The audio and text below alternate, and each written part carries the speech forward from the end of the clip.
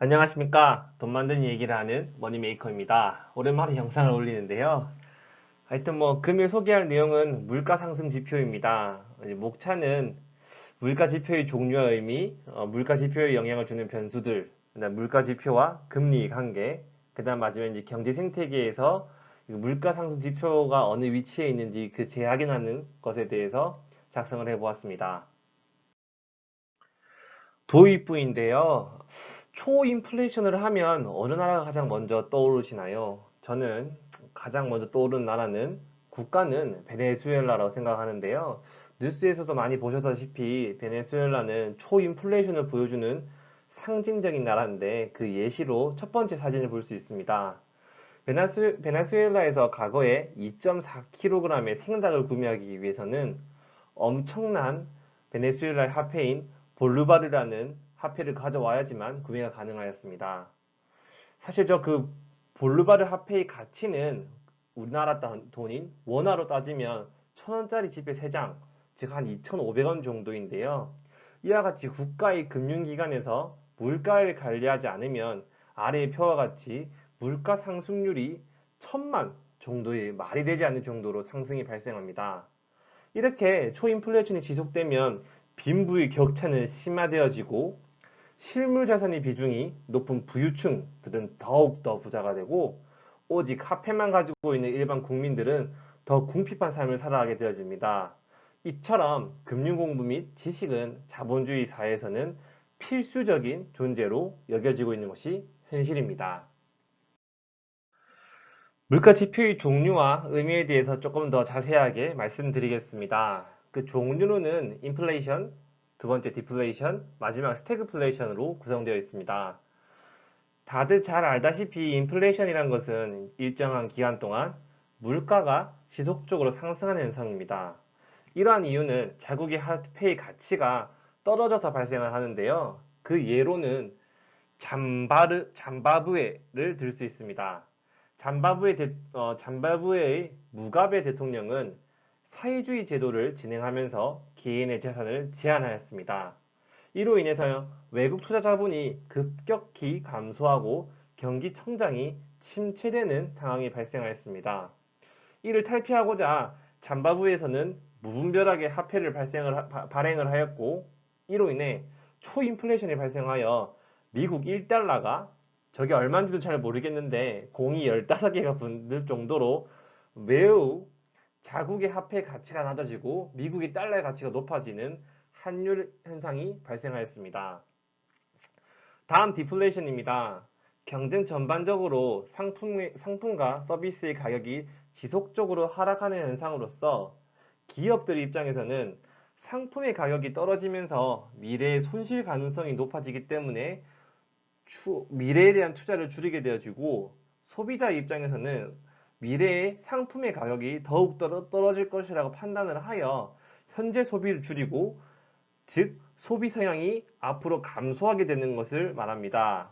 그러한 예는 일본의 잊어버린 20년으로 예시를 들 수 있습니다. 짧게 일본의 경우를 말씀드리자면 일본은 수출로 인해서 최고의 경제 성장을 주도하였습니다.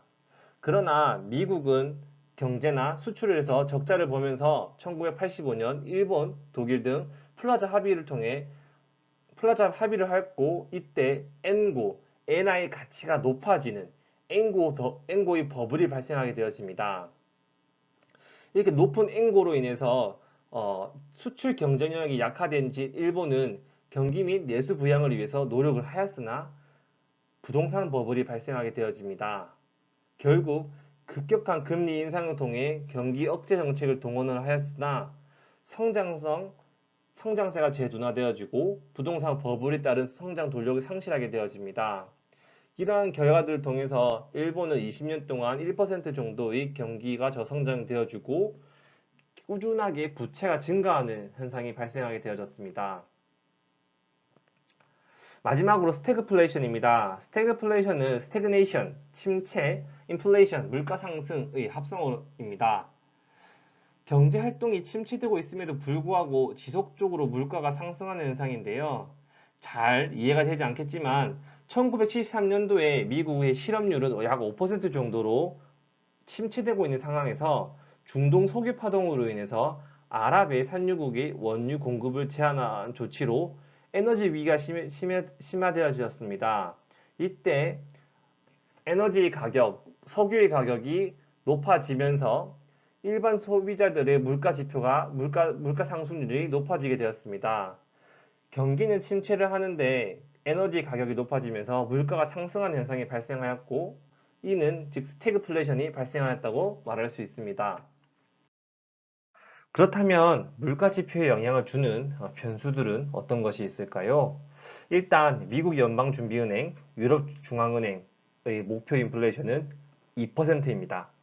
아래 표를 보시면 현재 2020년 5월 물가 지표를 보시면 0.6%인데요.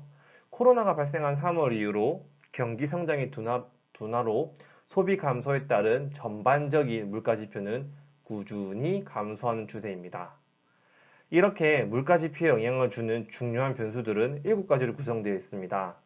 경제 성장률, 임금 인플레이션, 실업률, 원자재 가격, 환율, 주택 가격, 소비자 신뢰입니다. 아마 다들 뉴스를 통해서 많이 들어보셨을 것이라고 생각은 드는데요.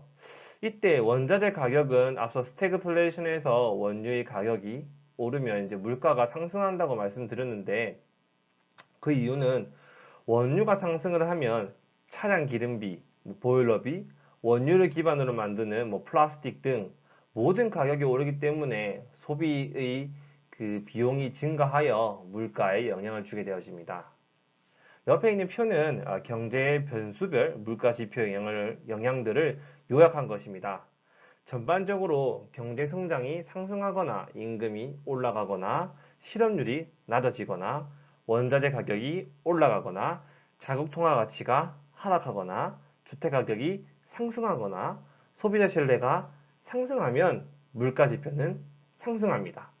이때 자국 통화 하락이 물가 지표를 올리는 이유는 자국 통화가 하락하면 기축 통화인 달러의 가치가 높아지기 때문입니다.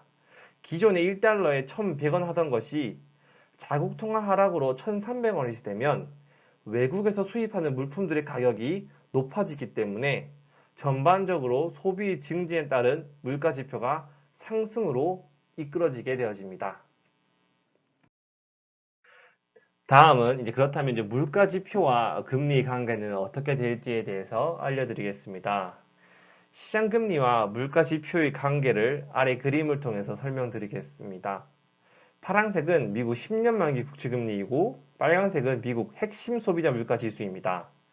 회색 부분은 경기가 침체되는 기간을 표시한 것입니다.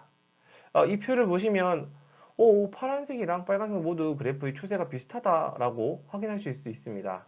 즉 물가 지수가 높아지면 금리는 상승하고 반대로 물가 지수가 낮아지면 금리를 낮아진다는 것을 의미하는데요. 그렇다면 왜 미국 국채금리와 물가 지표는 수렴하는가?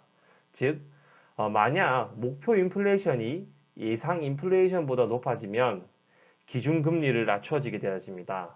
즉 정부에서 목표를 1%로 계획을 세웠는데 경기 성장이 어렵다 보니 예상 인플레이션이 1.3%가 발생되어지면 그에 대한 팔로우업으로 경기 부양 및 소비 촉진을 위해서 금리를 인하하게 되어집니다.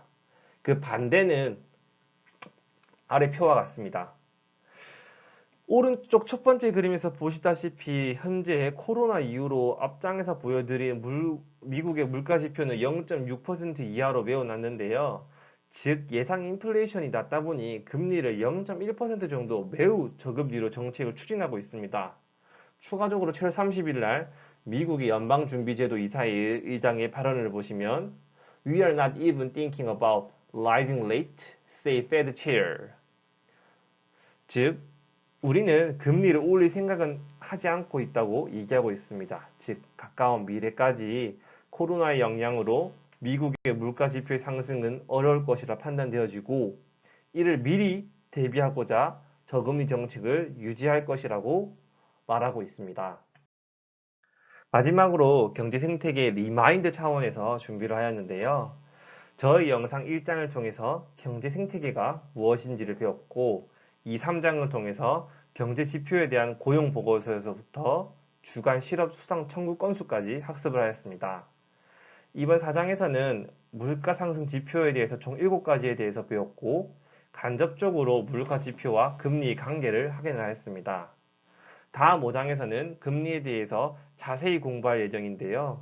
많은 사람들이 주식시장에 대해서 궁금증을 가지고 계시지만 차근차근 배운다는 생각으로 금리에 대한 영상을 기대해 주셨으면 감사하겠습니다.